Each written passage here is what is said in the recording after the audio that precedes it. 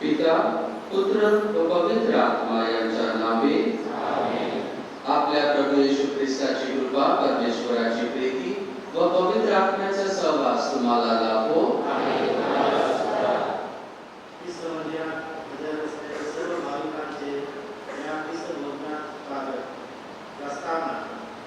आज ख्रिस्त सभा सामान्य काळातील 22वा रविवार साजरा करीत आहे. आजची उपासना आपणास नियमशास्त्राचे पालन करून व त्यांचे आपल्या दैनंदिन जीवनात पालन करून पवित्र व सुजाणतेचे जीवन जगण्यासाठी बोलावलं आहे. परमेश्वराने आपली निर्मिती एकमेकांना मदत करण्यासाठी, प्रेम करण्यासाठी व इतरांबद्दल आपुलकी ठेवण्यासाठी केली आहे. आजची तिन्ही वाक्ये आपणास नियमांचे पालन करून इतर व्यक्तींना समाज व्यवस्थेला हातभार लावण्यासाठी व त्यांचा विकास करण्यासाठी बोलावलं आहे. जीवनाचे परिवर्तन, जीवनाचे सुधार आम्ही करण्यासाठी आम्ही किती प्रयत्न केले तरी सुद्धा देवाच्या कृपे बगैर किंवा देवाची कृपा आम्हाला नाही असेल तर आम्ही सफल होणार नाही. आणि म्हणूनच आजच्या या ख्रिस्ती बलिदानात आम्ही सहभागी होत असताना विशेष करून याच हेतूसाठी आम्ही प्रार्थना करूया की आमच्या प्रयत्नात आम्हाला देवाची कृपा प्राप्त व्हावी आणि चांगले ख्रिस्ती जीवन जगण्यास आम्हाला सर्वांना देवाचा आशीर्वाद मिळण्यास या मिसा बलिदानात आम्ही प्रार्थना करूया. अनेक वेळी आम्ही पाप केले आहे. आमच्या कृत्याद्वारे, आमच्या विचाराद्वारे, आमच्या शब्दाद्वारे आम्ही दुसऱ्यांना दुःख दिले आहे. अशा सर्व प्रसंगासाठी प्रभूकडे क्षमा मागूया आणि आजच्या या ख्रिस्ती बलिदानात योग्य रीतीने सहभागी होण्यासाठी आम्ही आमची तयारी करूया.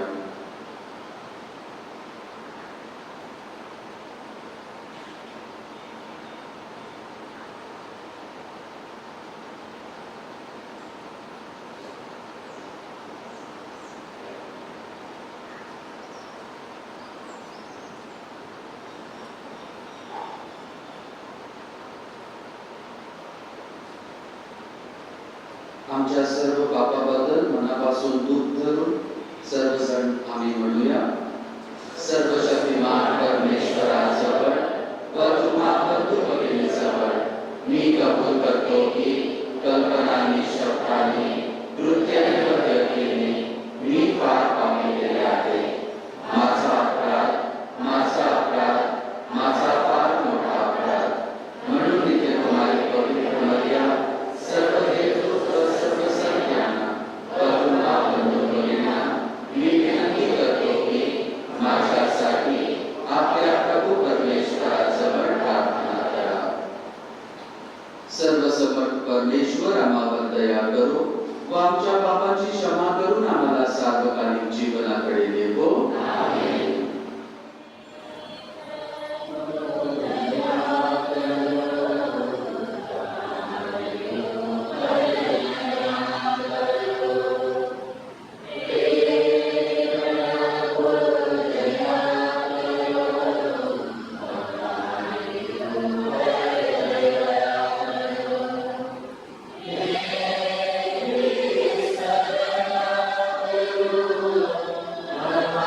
Amen.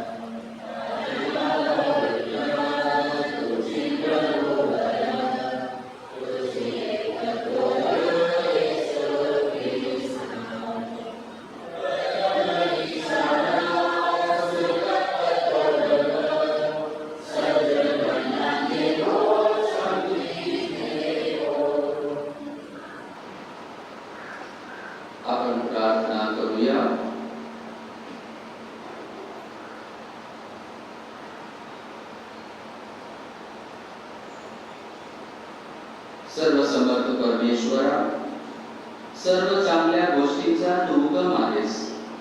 आमच्या अंतःकरणात तुझ्याविषयी प्रेम निर्माण कर. आमची श्रद्धा वाढत आणि तुझी कृपादृष्टी आम्हावर सतत राहू दे. तू आम्हाला दिलेली वरदाने आम्हापाशी कायम ठेव. ही प्रार्थना आम्ही तुझ्या बरोबर पवित्र आत्म्याच्या ऐक्यात सर्व काळ जिवंत राहणारा व राज करणारा एकच परमेश्वर तुझा पुत्र आमच्या प्रभू येशू ख्रिस्त याच्याद्वारे करतो. जी आज्ञा मी तुम्हाला देत आहे तिच्यात काही अधिक करू नका, अशासाठी की परमेश्वराची आज्ञा तुम्ही पाळाव्या. अनुवाद या पुस्तकातून घेतलेले वाचन. मोशे लोकांना म्हणाला, अहो इस्रायल लोकांनो, जे विधी आणि नियम मी तुम्हाला शिकवित आहे ते पाळावे.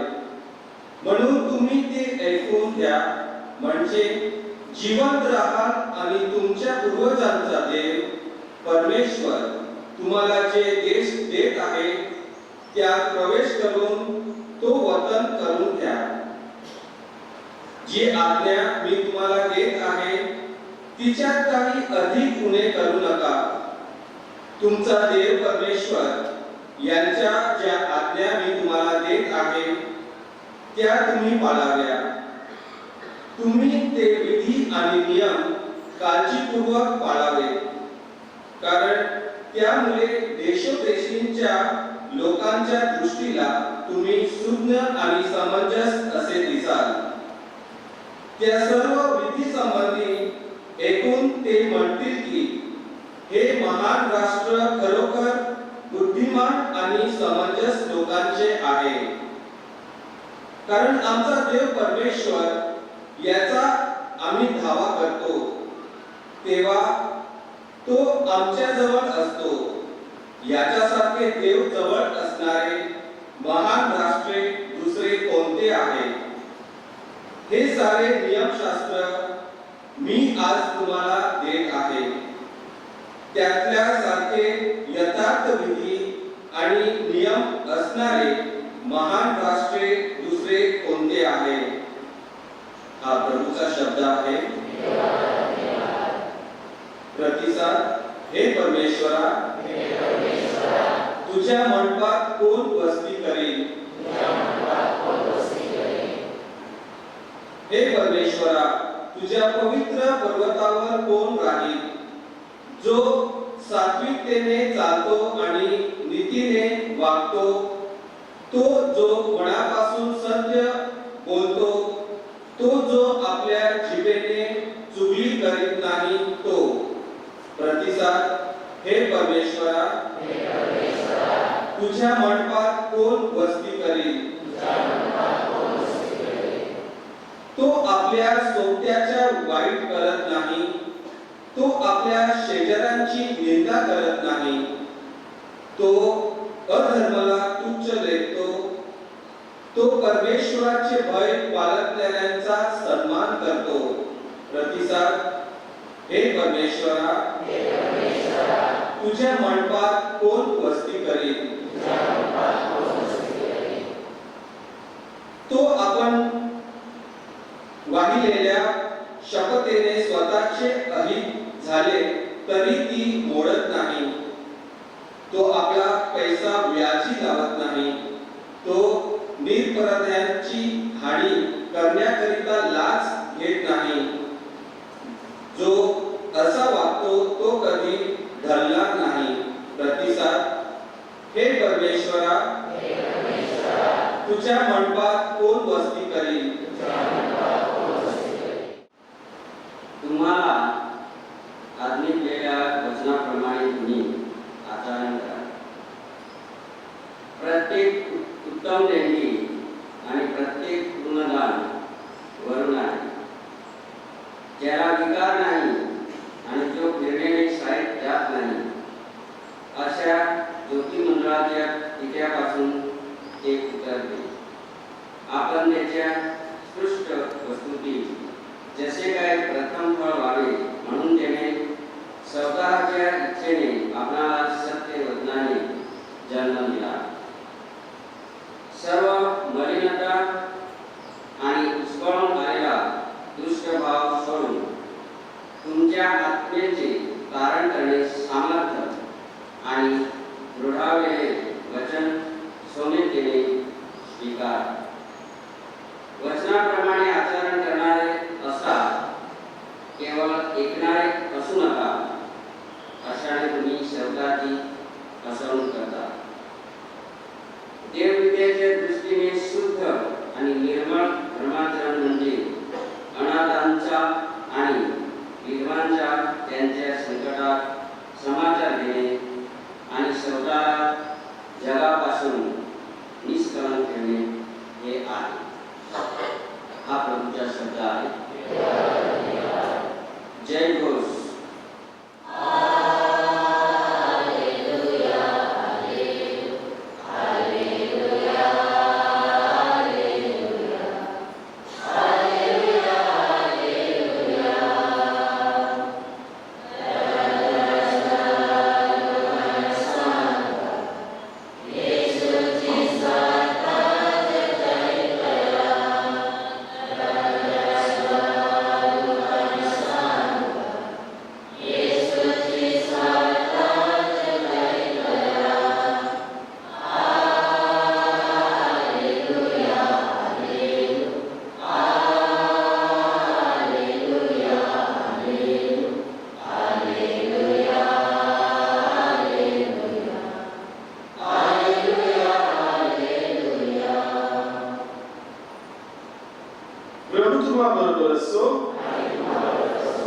संत मार्क के शुभ वर्तमानातून घेतलेले वाचन. फरीसी आणि यरूशलेमहून आलेले कित्येक शास्त्री एकत्र जमून येशूकडे आले. त्यांनी त्याच्या काही शिष्यांना अस्वच्छ म्हणजे न धुतलेल्या हाताने जेवताना पाहिले होते. फरीसी आणि इतर सर्व यहुदी वाडवडिलांच्या संप्रदायाला अनुसरून हात नीट धुतल्या वाचून जेवत नाही. बाजारातून आल्यावर पाणी शिंपडल्याशिवाय ते जेवत नाही आणि प्याले, गागरी, पितळेची भांडी धुणे आणि असल्या बऱ्याच रूढी ते पाळतात. यावरून पुरुषांनी आणि शास्त्रांनी त्याला विचारले, आपले शिष्य हात न धुता जेवतात, वाडवडिलांच्या संप्रदायाप्रमाणे ते का चालत नाही? त्याने त्यांना उत्तर दिले, तुम्हा दोघांविषयी यशायाने चांगलाच संदेश देऊन ठेवला आहे. तो असा, हे लोक मोठ्याने माझा सन्मान करतात, परंतु त्यांचे अंतःकरण माझ्यापासून दूर आहे. ते व्यर्थ माझी उपासना करतात, कारण ते शास्त्र म्हणून जे शिकवतात ते असतात मनुष्याचे नियम. तुम्ही देवाची आज्ञा बाजूला सारून आणि माणसाच्या संप्रदायाला चिकटून राहतात.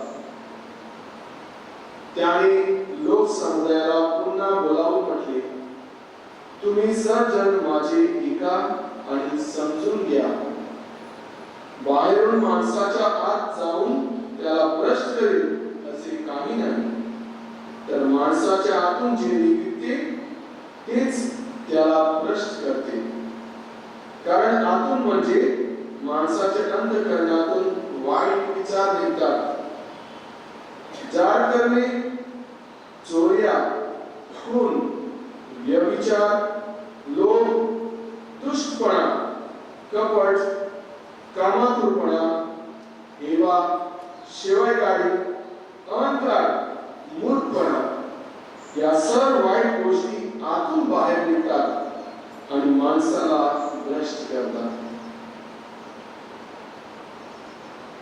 प्रभूचे ईश्वर वर्तमान.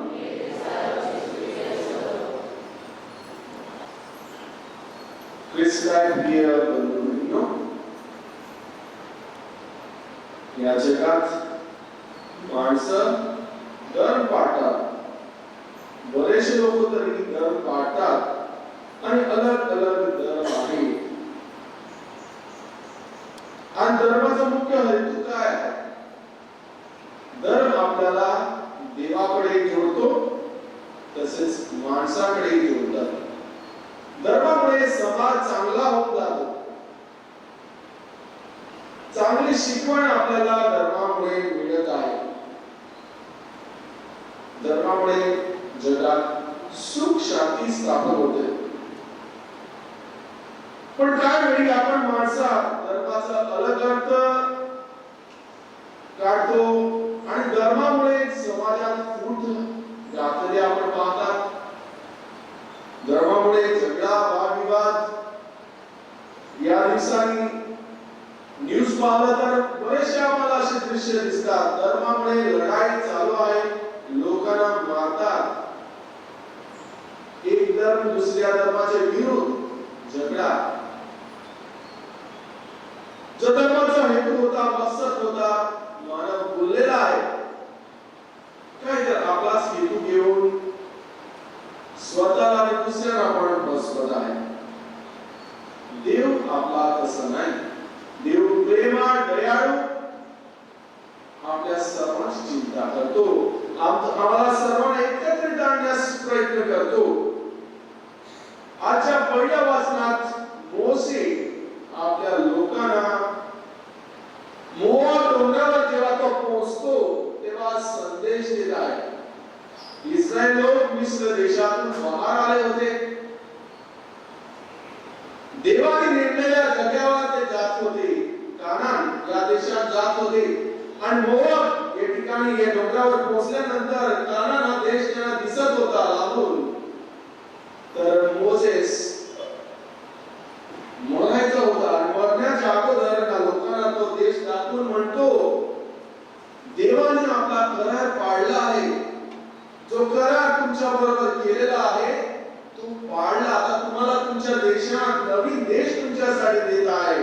तुमच्याकडे गाव नाही होता, घर नाही, काहीच नाही होता, पण हा प्रेमाळ देवाने तुम्हाला मिस्र देशातून गुलामगिरीतून काढून तुमच्यासाठी नवीन देश देत आहे. हे गावात तुम्ही वस्ती करणार, तेव्हा देवाला विसरायचं नाही. देवाने तुमच्यासाठी जे नियम दिले, सायनाय डोंगरावर मोसेस बरोबर करार केला होता, 10 आज्ञा दिल्या होते. ही आज्ञा विसरायचं नाही, ही पाळा. आणि जेव्हा तुम्ही ही आज्ञा पाळणार, ज्या देशात तुम्ही जाणार, जे लोक तिथे असणार ते तुम्हाला पाहून वावा करणार.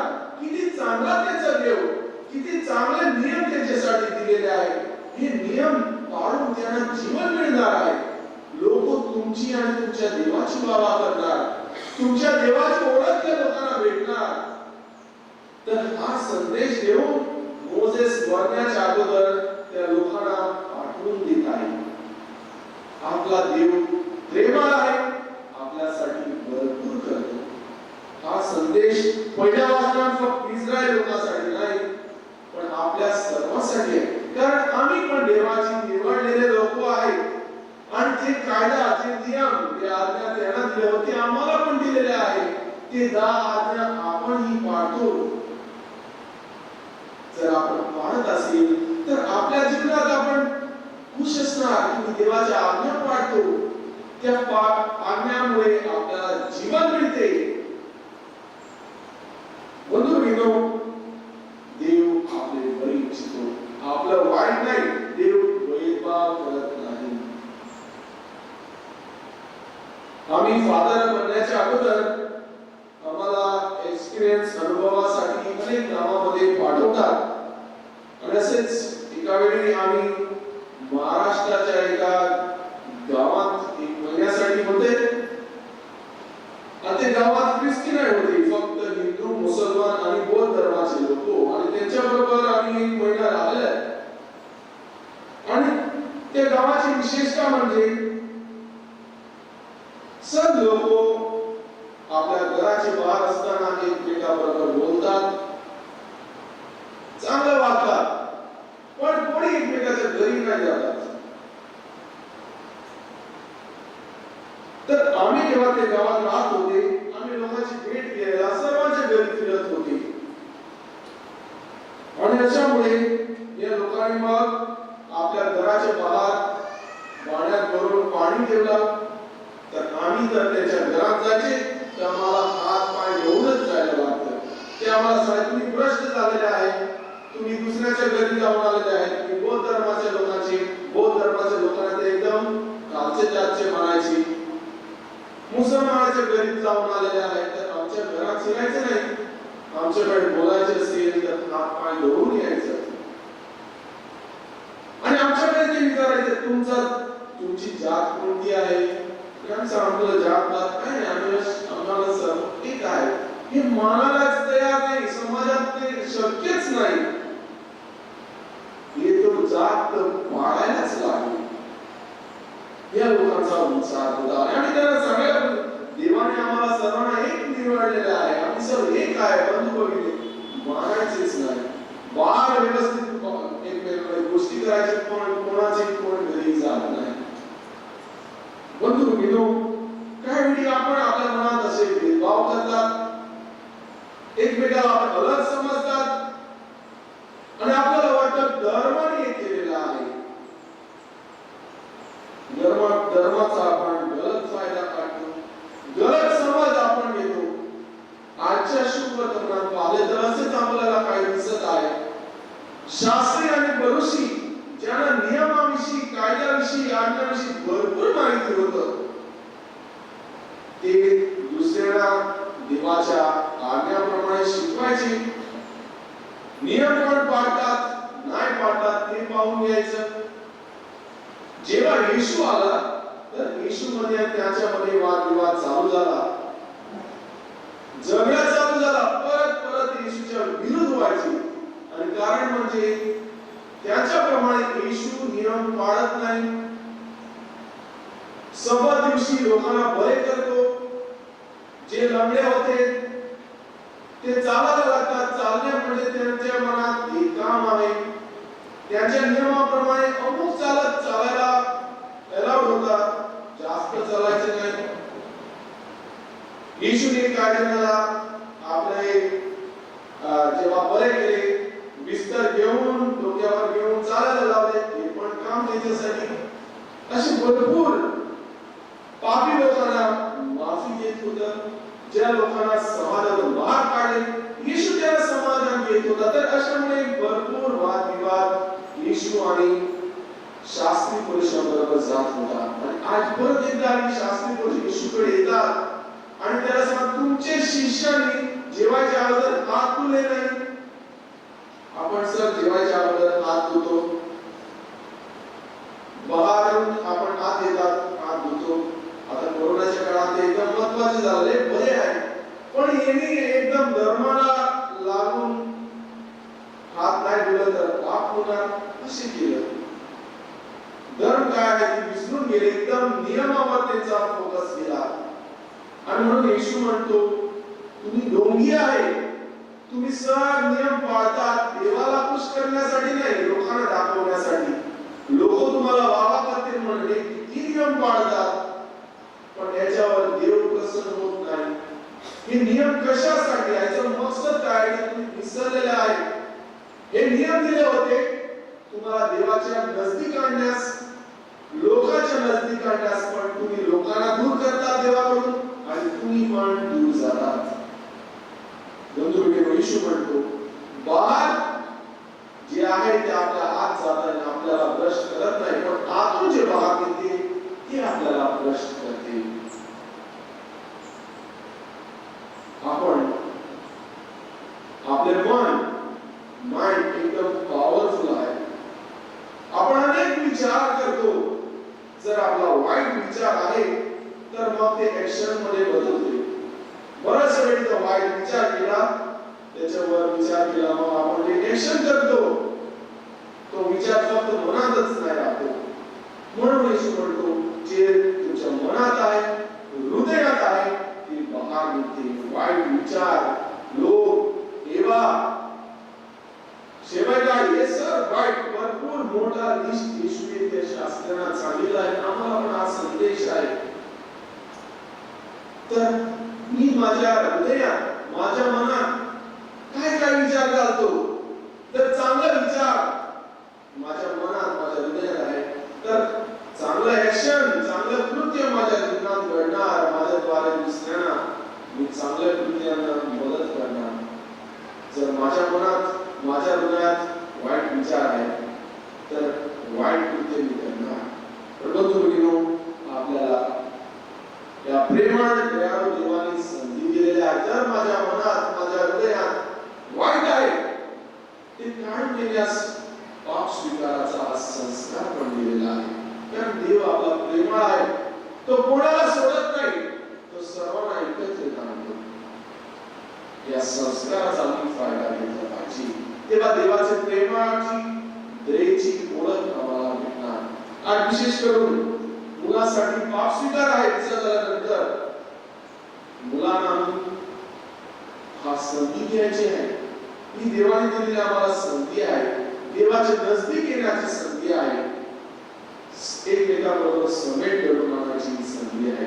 तर ही संधी देवाने दिलेचा फायदा घेऊया आणि परत आपला विश्वास, आपली श्रद्धा, आपला संबंध प्रभूकडे जोडून घेऊया. तर आज आपण विशेष करून एकमेकांसाठी प्रार्थना करूया, आमच्या समाजासाठी प्रार्थना करूया. धर्माच्या नावाने वादविवाद फूट नाही, पण सर्वांना एकत्रित आणण्यास. आणि जसे मोसेने आपल्या लोकांना संदेश दिला, दुसरे लोक तुमचे कृत्य पाहून तुम्हाला वावा करतील, तुमच्या देवाची वावा करतील, असे आमच्या जीवनात झाला पाहिजे. आम्ही दुसऱ्या बरोबर घडताना दुसऱ्या लोकांनी पण आमचे जीवन पाहून आमची वावा केलं पाहिजे, आमचे जीवन ओळखलं पाहिजे, आमचा धर्म ओळखला पाहिजे, आमच्या देवाची ओळख घेतलं पाहिजे. तर हे आपण करू शकतो किंवा आपल्याला देवाची कृपा असणार. तर हे देवाची कृपेसाठी आज आपण या विसावतात एकमेकांसाठी प्रार्थना करूया. आमेन.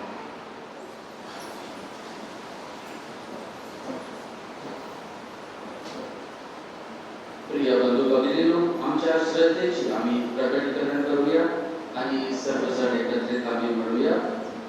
स्वर्ग आणि पृथ्वी यांच्या उत्पन्नकर्ता सर्वसमर्थ परमेश्वर पिता यावर माझा विश्वास आहे. याचा एकमेव आमच्या प्रभू येशू ख्रिस्त यावर माझा विश्वास आहे. तो पवित्र आत्म्याच्या योगाने वरती जमला, मानवाने जन्मला,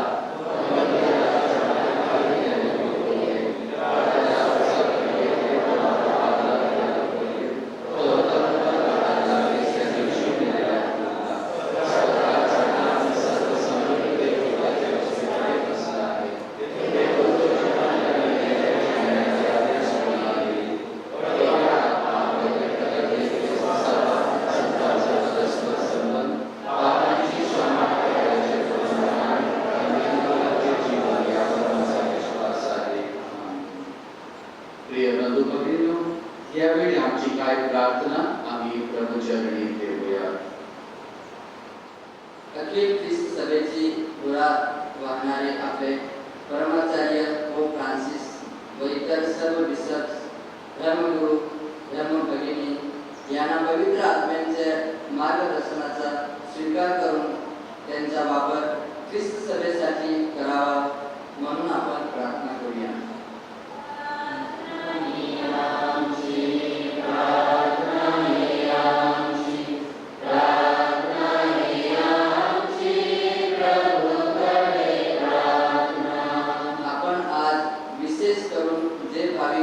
कोविड-19 या विषाणूने ग्रासलेले आहेत, जे हॉस्पिटलमध्ये आहेत, ज्यांना वेळोवेळी उपचार मिळत नाही, अशा सर्वांना देवाने बरे करावे व त्यांना चांगले आरोग्य द्यावे म्हणून आपण प्रार्थना करूया.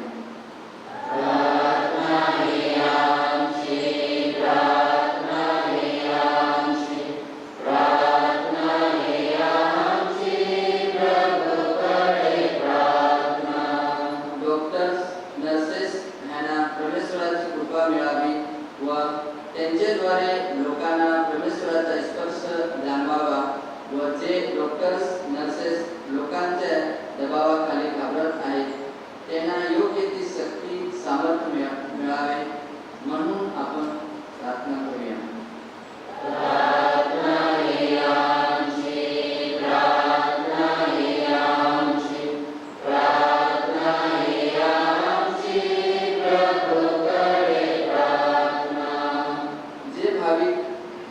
जगापर्यंत मदतीचा हात देत आहेत, जे या महामारीचा सामना करत आहेत, अशा सर्वांना पवित्र आत्म्याने बळ द्यावे व त्यावर परमेश्वराची कृपा असावी म्हणून आपण प्रार्थना करूया.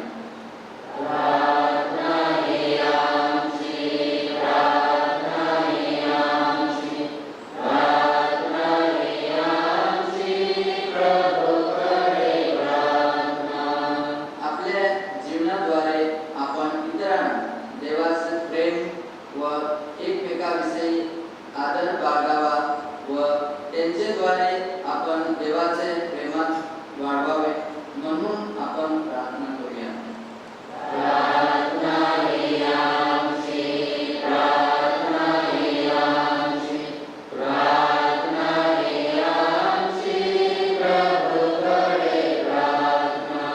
थोडा वेळ शांत राहून आपण आपल्या वैयक्तिक हेतूसाठी प्रार्थना करूया.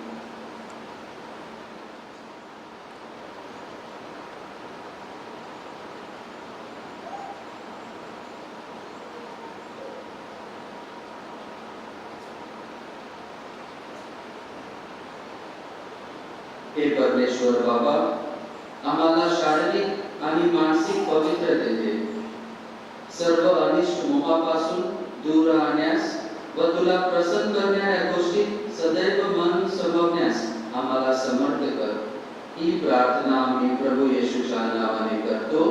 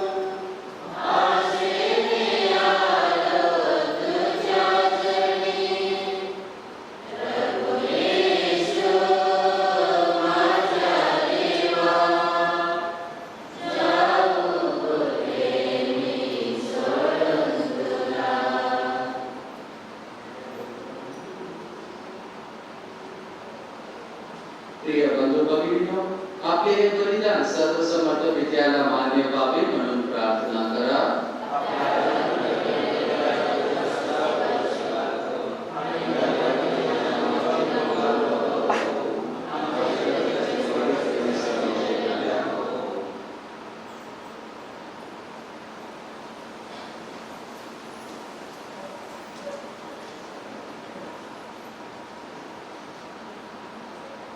हे प्रभू, या पवित्र समर्पणाद्वारे तुझा आशीर्वाद आम्हाला दे व आम्हामधील तुझे तारण कार्य पूर्ण कर. ही प्रार्थना आम्ही आमच्या प्रभू ख्रिस्ताद्वारे करतो. प्रभू तुम्हा बरोबर असो. तुमचे अंतःकरण प्रभूकडे लावा. प्रभू आमचा परमेश्वर याचे आभार मानूया. हे पवित्र पित्या, सर्वसमर्थ सनातन परमेश्वरा, आमच्या प्रभू येशू ख्रिस्ताद्वारे आम्ही तुझे नित्य व सर्व आभार मानावे हे योग्य व तारणदायक आहे. पापी मनुष्यावरील प्रीतीमुळे त्याने नम्रता धारण केली व कुमारीपासून जन्म घेतला. क्रूसावर यातना सहन करून त्याने आमची मृत्यूपासून सुटका केली. मेलेल्यातून पुन्हा उठून त्याने आम्हाला शाश्वत जीवन मिळवून दिले आणि म्हणून स्वर्गीय दरबारातील दूतांच्या गायक वृंदाच्या निरंतर गुणगानात सामील होऊन आम्ही तुझा गौरव गीत गातो. पवित्र पवित्र पवित्र प्रभू, सर्वसमर्थ परमेश्वर, स्वर्गातील पृथ्वी तुझ्या गौरवाने आहे. परम स्वर्गाचे जय, प्रभूच्या नावाने हरिभक्त, परम स्वर्गाचे जय.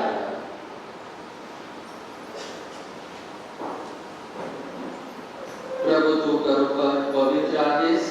सर्व पवित्रांचा तू हुकम आहेस.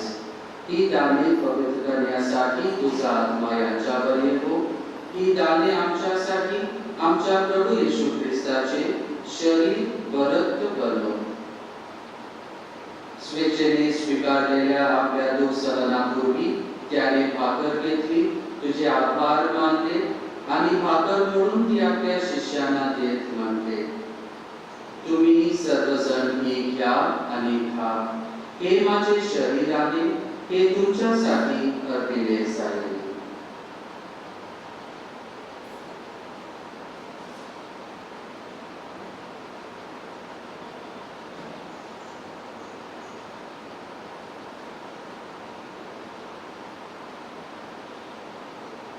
भोजन झाल्यानंतर त्याने प्याला घेतला, पुन्हा तुझे आभार मानले व तो प्याला आपल्या शिष्यांना देत म्हणते, तुम्ही सर्वजण हा घ्या व यामधून प्या. हा माझ्या रक्ताचा प्याला आहे, नव्या व शाश्वत कराराचे ते रक्त आहे. हे तुमच्या व साऱ्या मानवाच्या पापक्षमेसाठी सांगण्यात येईल. हे माझ्या आठवणीसाठी करा.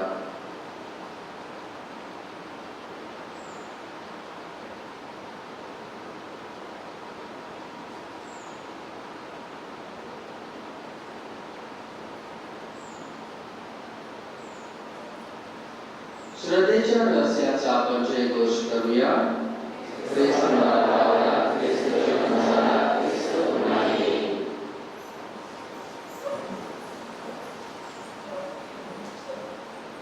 त्याच्या मरणाच्या व पुनरुत्थानाच्या स्मरणार्थ हे पित्या, आम्ही तुला ही जीवनदायी भाकर व हा तारदायक प्याला अर्पण करतो. तुझ्या समोर उभे राहण्यास व तुझी सेवा करण्यास आम्हाला पात्र केल्याबद्दल आम्ही तुझे आभार मानतो.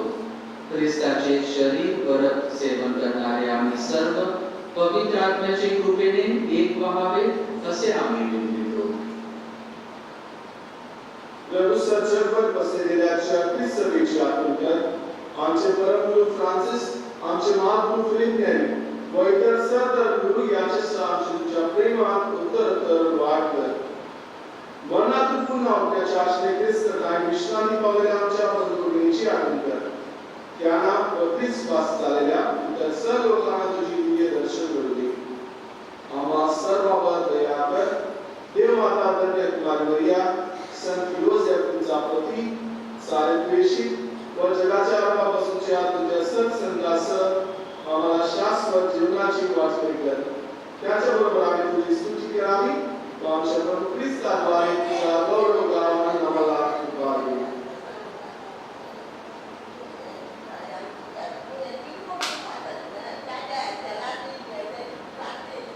ख्रिस्ताद्वारे, ख्रिस्तासह, ख्रिस्ताद्वारे पवित्र आत्म्याच्या एका हे सर्व समर्थ पित्या, तुझा सन्मान व गौरव सदा सर्वदा होवो.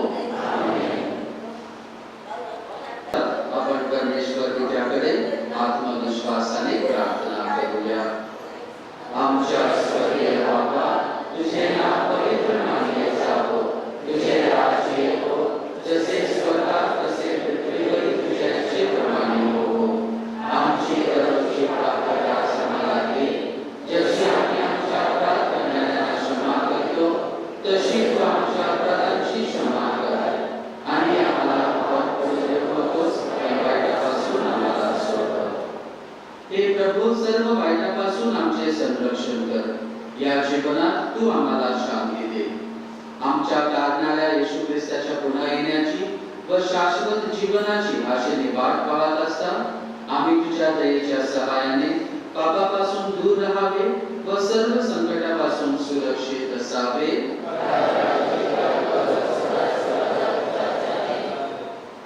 हे प्रभू येशू ख्रिस्ता, तू आपल्या प्रेषितास म्हणालास, मी तुम्हासाठी शांती राखून ठेवतो, मी माझी शांती तुम्हास देतो. म्हणून आमच्या पापाकडे पाहू नकोस, तर तुझ्या ख्रिस्त सभेच्या श्रद्धेकडे पहा आणि आम्हाला तुझ्या स्वर्गीय राज्यातील शांती व एके देण्याची कृपा कर. तू नित्य जीवी असून सदा सर्वदा राज्य करतोस. आमेन. प्रभूची शांती तुम्हा बरोबर सदा असो. आपण एकामेकास शांती बंधन करूया.